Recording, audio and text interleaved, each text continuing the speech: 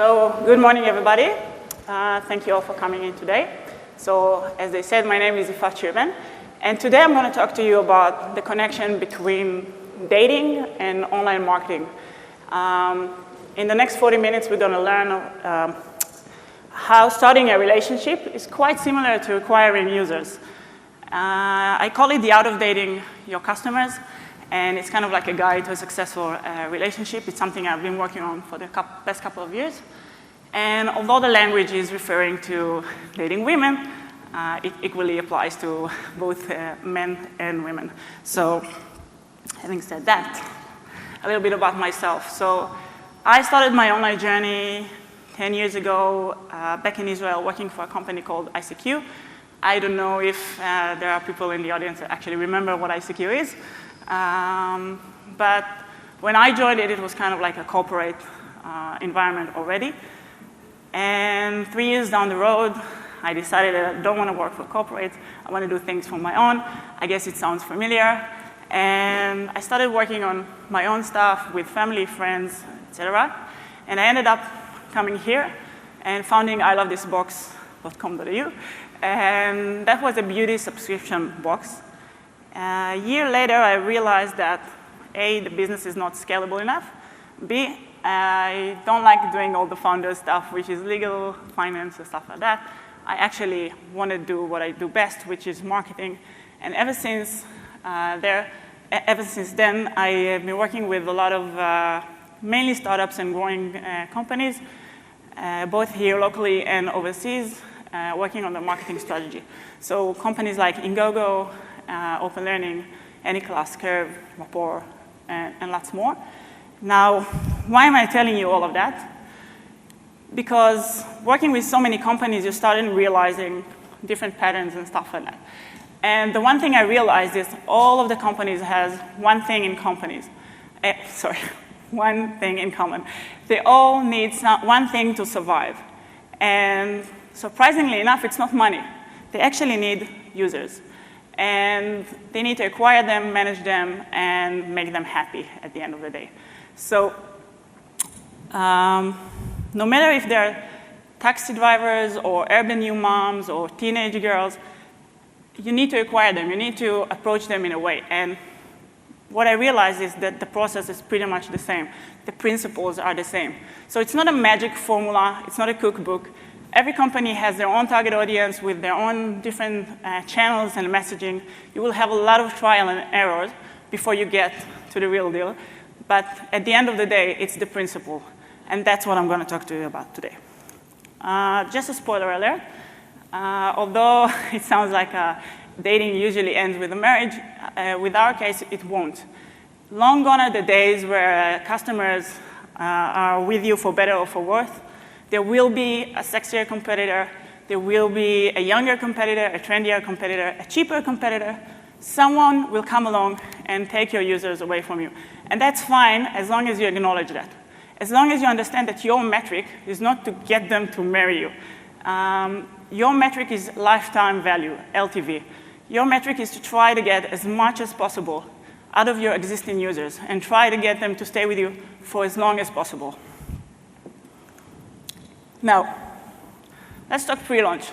This is a concept that a lot of companies fail to understand or don't have the time to do, or whatever reason they're not doing it. But why do you need to pre-launch your business? Why do you need to pre-launch your product or your service? The simple answer is anticipation. Because waiting is not the hardest part, it's actually the best part. Pre-launch is your opportunity, first of all, to test the market and your messaging in very, very small scale. But it's also an opportunity for you to educate the market, to build a hype, to build something around your brand, around your product. It's your opportunity to move your customers from being people that you want to sell to people that actually want to buy from you. It's moving this needle from here to there that will make the big difference. And that's why you're doing pre-launch campaign. Just a nice example of it. And it's an extreme example. It's not like I'm saying that's what you have to do with your business using waiting list or something like that. But Mailbox App. The Mailbox App is something that was created 3 years ago. If you look on Google for Mailbox App, you'll have tons of results. from media outlets and bloggers and influencers. And basically, everybody was talking about the Mailbox app and really wanted to go on their waiting list. You can see in the waiting list there's like almost 800,000 users, and that's just one screenshot, obviously. The founder actually claimed that this whole thing was a technical thing. They didn't want to overload the systems. I don't know. I don't really buy that. I actually think it was a genius marketing tactics. Few months later, they were actually bought for $100 million bucks before they even launched the product. This is how you build anticipation. This is how you make people want to go on your waiting list. Okay, and again, it's an extreme example, I admit. If you want to look at current example, you can look at X.ai. They're pretty much doing the same thing that the Mailbox app is doing, but they're doing it today. Another good example, Apple. I'm pretty sure you're not going into the store and discovering there's a new iPhone 6, right? Usually it starts with presentations and rumors and images from the factory and testings and results and stuff like that. By the time the iPhone 6 is in the stores, you go and wait in the line in the street to get this phone. And that's the difference. They're not trying to sell to you. They're trying to get you to want to buy their product. That's the best pre-launch campaign you can ever have. So where do you start? Like in dating, you usually have a lot of channels to pick from, whether it's apps, website, your friends, your colleagues, bars, pubs, parks, you name it, right? Every channel has its own pros and cons, and you need to approach every channel differently. Same goes with marketing. With marketing, you have a lot of channels to choose from, sometimes too many of them, sorry. So social networks, PR, events, forums, bloggers, influencers, you name it. It's up to you to understand your target audience and choose the right channels. It's up to you to understand what are your resources, because every channel will call for different resource allocation. What are your budgets, and work from there all the way up. So obviously, the more you put yourself out there, the more chances people will know your brand and will maybe buy from you later on. And same goes with dating. The more you put yourself out there, the more chances of you actually scoring a date. So you decided on a channel, and now it's your job to understand who is your target audience. Who is your target audience? What are their fears? What are their dreams? What are their aspirations? What are their pain points? Okay? All of this has to come into consideration when you're building your pre-launch campaign. So let's take me for an example. I'm looking for someone to marry, and I want to live in a suburb and have 4 beautiful kids and a dog and the whole deal, right? Which Ryan will I choose? I'm pretty sure I would choose that Ryan, the one over there.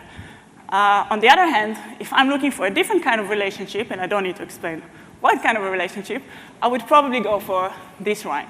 Now, it's the same Ryan. It's the same product. It's the same channel. They're both from Tinder, right? But the messaging is so different.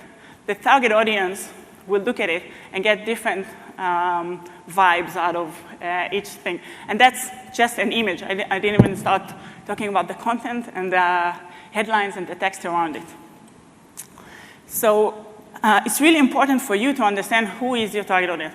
If you don't know them, fine. A/B test. Try this, try that. Look who they're responding better to, etc. You can use a lot of tools, Convert, Optimizely, Unbounce.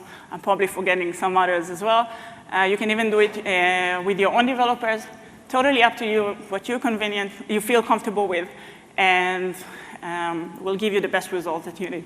But test it. Know your target audience and test it.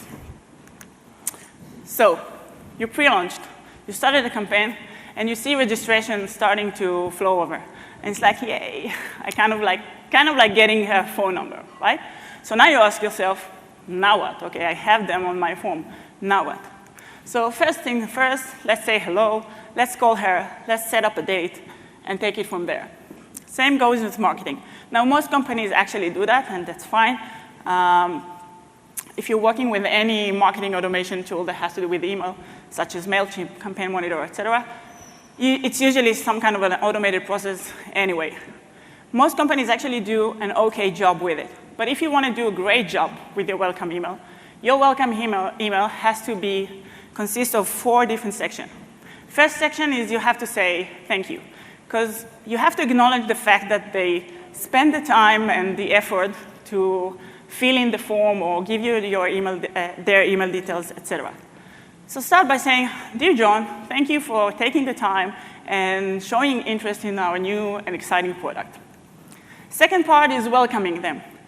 You need to make them feel like they are a part of something much bigger than your product. They're not buying your product, they're buying a dream. They're buying something really bigger than this little thing.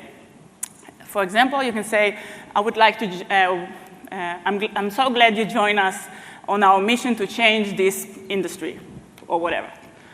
Third part should be setting the expectation. And that's where a lot of companies, that's what they don't do usually. When I say setting the expectation, I mean, when are you going to send them email? How often are you going to send them emails? Are you going to send them every day from now on for the next 7 days a daily tip? Fine, just let them know. Are you going to send them an update once in 2 weeks? Fine, let them know. As long as they understand what are they going to get out of you, from you, you're okay. Why? Because they're less likely to unsubscribe from your list. They're less likely to mark you as spam or report you or something like that. And they're more likely to read your emails. And that's the important bit. The last part, so we say thank you, welcome, setting the expectation. And the last part is what's in it for them. So what's in it for them? Why should they read your emails? Are you offering something? Are you going to give them the opportunity to be the first one to know about something? Are they going to get early bird offers, valuable information, tips? What is it in your emails that they need to open and read? OK? It's 4 sections, but it's really, really short. So it's like, hello, thank you, blah, blah, blah. That's it. Really short. But it has to have these 4 ingredients in order to be a successful email. So we said most companies actually send the welcome email, which is fine. This is where most companies fail. And mainly startups. A lot of companies fail to understand the importance of keeping the list warm. They are letting their list getting cold. And by launch date, nobody remembers who they are. So let's go back to the Daniel word. We got her number, we called her, we set a date, and we said, let's meet up in 3 months' time. OK? 3 months goes by. You didn't pick up the phone. You didn't call. You didn't text. You didn't email. You didn't send flowers. Nothing. You just knock on her door. Then what? She'll either call the police, right? Or slam the door. Or in the better scenario, she'll probably ask you who you are, what are you doing here, etc. So same goes with your email list. If you'll send something, and then 3 months later you said, hey, we're open. Let's come and buy my product. Who are you? I don't remember I was registering to any list like yours or something like that. I don't recognize the name, etc. So it's your job to take this time and educate them and make them intrigued and make them wait for your launch. Okay? So come launch date, not only that they know who you are, they want to buy your product. And you're doing it by sending them updates and media mentions and announcing dates, etc. Now, the best way of doing it is actually automating email sequences. You can do it with pretty much all of the MailChimp equivalents. But I know, because I was a startup founder myself, that it's really, really, really hard to plan 3 months in advance. It's really hard to plan your emails. You don't even know what's going to happen tomorrow. You don't even know what's your actual launch date. Everything is changing all the time, which is fine. As long as you guys promise me that on your calendar, you schedule a weekly time frame in which you are obligated to think about what are you sending to your users this week, okay? And send this email. So keep it going. That's the most important thing. And then it's launch date. kind of like going on your first date. You ask yourself, what do I wear? Where should I take her? How much should I spend on her? And things like that. Same goes with your launch. It's your first opportunity to actually impress your subscribers or new users or whatever. So you have to ask yourself, how do I announce it? Where will I lead them? Okay, so I send them an email. I'm announcing it on the email. The email has a link or a button. Where is it leading to? My homepage, a landing page? Where? Am I spending extra budget on it or not? Everything needs to be really, really planned ahead because it's your first opportunity to really mess up their relationship. It's really hard to recover from a bad launch, okay? So make sure your support team is in place, that your PR is in place. Your dev team is not somewhere cruising on an island or something like that. Everybody is in-house to take care of your launch, okay? It's really, really important. Now it happens, and sometimes you go on a date, and she doesn't fall in love with you in an instant, which is fine. It could be the wrong timing. It could be that she wasn't ready. You didn't come through. Lots of different reasons. Now it's your job to start following her around, not in a stalky way, and start convincing her that she made a huge mistake. You are the one for her. You are the one that she has to keep on dating and maybe someday marry. How do you do it in online marketing? Again, in online marketing, you don't give up when someone just doesn't buy your product. You start chasing them around with email sequences and retargeting ads, etc.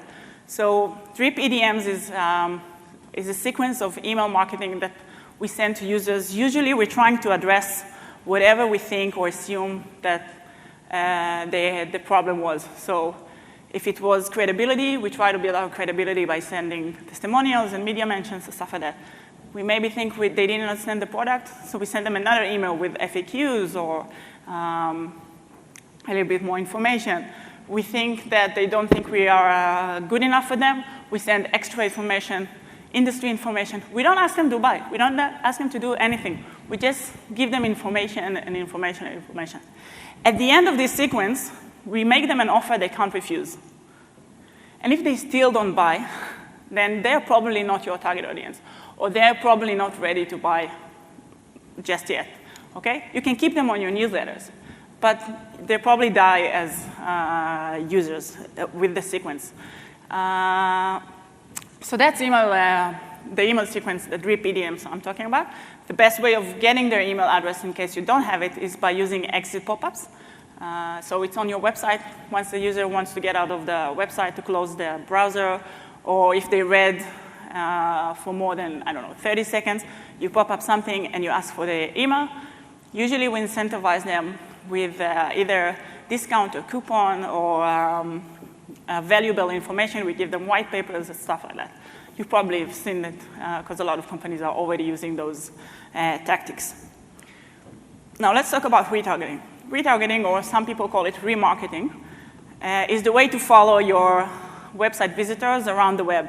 So for example, I would go to a website, wouldn't do anything, then I would go on Facebook and I'm suddenly starting to see their advertisements. That means that they have a retargeting pixel on their website and they're following me around on other websites that I visit. Now, retargeting ads usually call for budget because you have to spend money on advertisement. But here's something you can take out of today. Opening a Google or Facebook or any third-party aggregator account, advertising account, is totally free. Getting the retargeting pixel, totally free. Implementing it on your website, yes, you guessed it, totally free. So why do you need to go out of here today and implement this pixel on your website?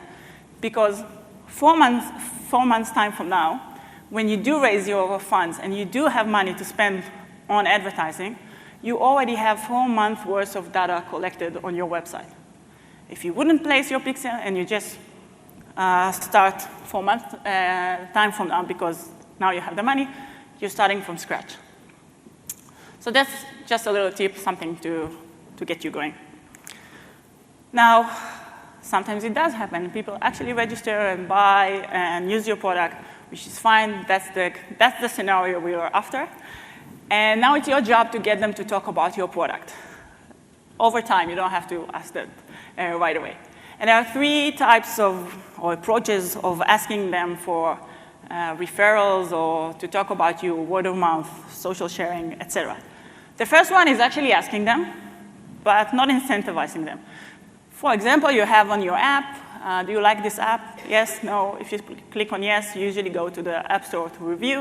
If you click on no, you usually get an option to send a support ticket. That's the first option. The second option is actually asking them and incentivizing them to do so. So the best example I can think of is Uber. Their referral program is probably the best example for that. So you refer a friend, they get $10, you get $10, everybody's happy, okay? And that grows your list, obviously. The third option, which I find most exciting because it calls for a little bit of creativity, is not asking and not incentivizing. So you may ask yourself, so why the hell should they talk about me? How do they know they have to talk about me? They don't. They just want to talk about you, okay? You give them the best customer experience they ever had, they'll talk about you. You give them a beautiful package, they kind of take their eyes off it, they will Instagram it. It's your job to make them talk about you because they want to talk about you. If you can reach that, you hit gold, okay? Because if you get people to talk about you just because they want to, that means they are irrational about your product, okay? Now, I kind of touched on that, customer support. Customer support for me is one of the most important marketing channels. And it may sound weird because marketing channel is usually something you do in order to get users, not when they have problems. But if you are doing great customer support, then people will talk about you, okay?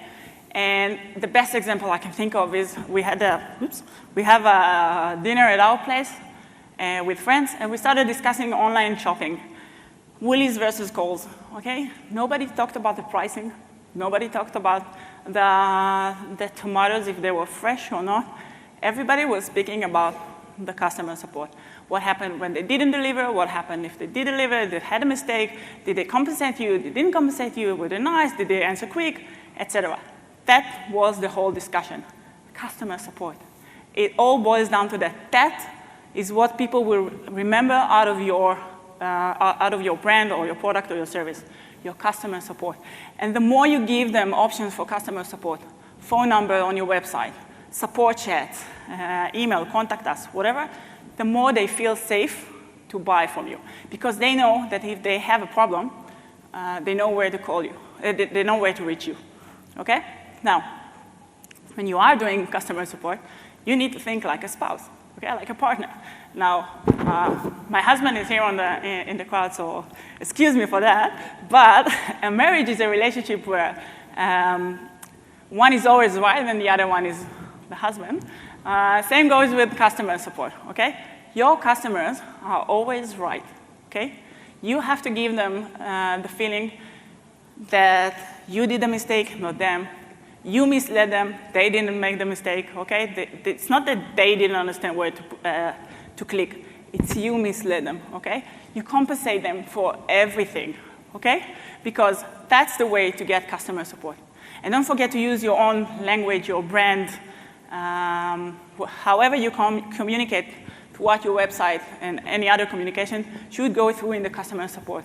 So don't think of it as a different channel to just solve problem. It's actually a marketing channel. So pay really good attention to this one. And start aggregating whatever you get so you'll see things that repeat themselves, and then you can optimize based on your customer support questions and stuff like that. The next thing, get to know your customers. Again, it's pretty related to the customer support stuff. If you really, really want to date someone, you have to be actively listening. I know it's hard, but you really have to be proactive and take the time to get to know your partner or your user in that case. How do you do it? Surveys, chats, etc. Take every opportunity you have to ask your customers questions. Just a simple example, someone wants to unsubscribe from your service. That's fine. You send them an email, sorry to see you going, everything was taken care of, I unsubscribe you, you're not paying anything. Now, can I please ask you one little question? We are a startup company, we're just starting, and we want to learn from our mistakes. Can you please tell us why did you decide to unsubscribe? Simple question, it doesn't hurt to ask, right? Most people probably won't answer you, but the ones that will answer you will give you deep insights that you wouldn't be able to get from anywhere else, okay? And that's really, really important. Another good example, from my personal experience, we had a funnel of registration. Everything was going fine, drop rates was fine, and then on the last page, whoosh, huge drop. We didn't understand what's going on. We tried different hypotheses and approaches, and we changed so many things. And then someone said, let's just ask them. So we placed a support chat on the specific page. 10 seconds after the user visited the page, we popped up the question, can we help you? And then people started saying, yes, I don't understand why I have to do this and that, or can you please help me understand where should I click, or things like that. We got insights in, I don't know, one day that we were trying to solve for weeks beforehand, okay? So take the time and be proactive with asking your customers questions that matters to you, okay? If you ask the right question at the right time, you'll get invaluable insights. And the last thing you want to do, if you really want to tap into, if you really want to seal the deal, you have to tap into their emotions, which means you have to make them they have to be an irrational customer. I can give you my own example, MailChimp. I'm not affiliated with them in any way, by the way, but I just love using them. I was probably one of the first marketeers to use their services, and they sent me gifts because I was one of their first supporters and saying thank you. And they have a monkey that gives you a high five after you send emails. Okay, it's a boring SaaS product, but they make it fun. They make it something lovable. They make it something that I want to use, okay? That's the difference. So think about stuff like the 5 senses. Sound. Do you remember the sound that when you're emptying your trash folder on your computer? It makes this, it sounds so productive. Like you feel so good after emptying your trash folder. That's the kind of thing that you want to replicate in your product, okay? Sounds, visuals, fonts, images, packaging, everything. It really depends on your business, but any business can do it. I just described Mailchimp, which is a SaaS product. If you're in the goods business, like e-commerce, it's even easier. Packaging really matters. Personal notes, whatever that attracts them and give them, again, this first experience. Smell. From my own experience, I sent something with one of the boxes with I love this box, put a candle inside. It was filled with beautiful scent. Everybody was talking about it. Everybody just fell in love with it. And since then, we started doing a lot of other scented stuff inside. Taste, if you can send them a cookie or kind of like somehow revoke this, trigger this feeling of hunger, that's also good. Anything that has to do with the senses, with making it fun and enjoyable, that's what you aim to do, and it's mostly with your product, not with your marketing stuff. And obviously, test, learn, and optimize. You probably heard that quite a lot. I think Sean Ellis was the one that said that if you're not testing and experimenting twice a week, you're not doing anything, okay? So even change of a color of a button is an experiment, okay? So make sure you do it and you keep on doing it and you learn from it and you optimize it. Don't base yourself on hunches and guesses. Base yourself on data and analytics and stuff like that.